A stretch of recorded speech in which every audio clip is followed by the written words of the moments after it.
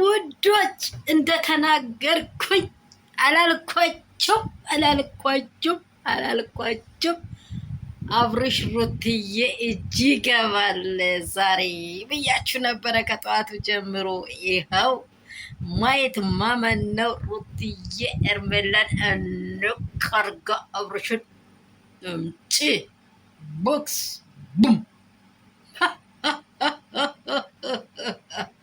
ሲሮቁ የታጠቁት ሲሮጡ ይፈታል የሚባል ነገር አለ።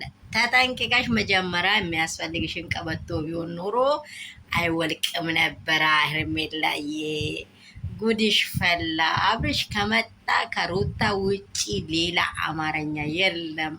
የአብርሽ ጤና ዋና አስፈላጊ ነው። እኔ መጀመሪያ አብርሽ ማንንም ይምረጥ ህመሙን ስለሚታቂ ይወስደሻል። ህመሙ ሳይሆን እርግዝና ነው። እሺ ልታረግዚ ነው የወሰድሽው። ጌታ ይገስጸው። አይሆንም። መዝናኛ ይወሰዳል። እንደ አንደ ጸበል፣ አንደ መዝናኛ፣ አንደ ቅርብትሶ ሄርሜላ ላይ ሀሳብሽ ከሸፋ የዳኒ ሴራ ደግሞ ካሰራ አብርሽ ሩትዬ እጅ ገብቷል። ሄርሜላና ሩትዬ ትንቅንቅ ብሏሉ። እኔ ልሙት አንቺ ቡም ወይ ቡም።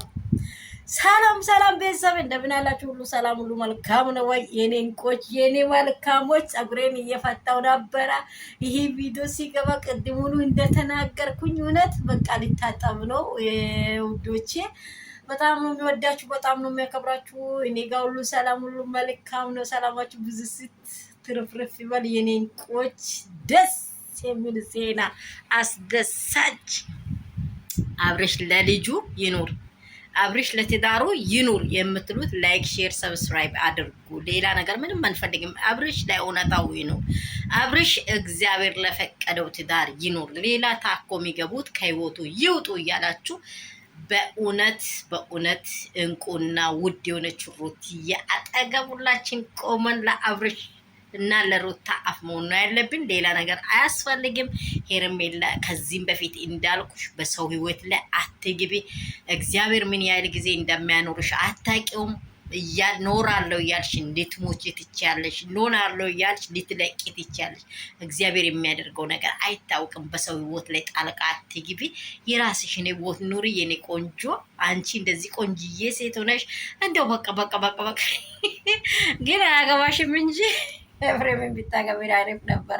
ከና አብርሃም ቤተሰብ አልወጣም ካልሽ ኤፍሬምን ቢታገቢ አሪፍ ነበር። ግን አያገባሽም። ኤፍሬም እንደዚህ ሰገጤ ሰዎች ጋር አይመችም። ኤፍሬም ሙድ የገባው ነው።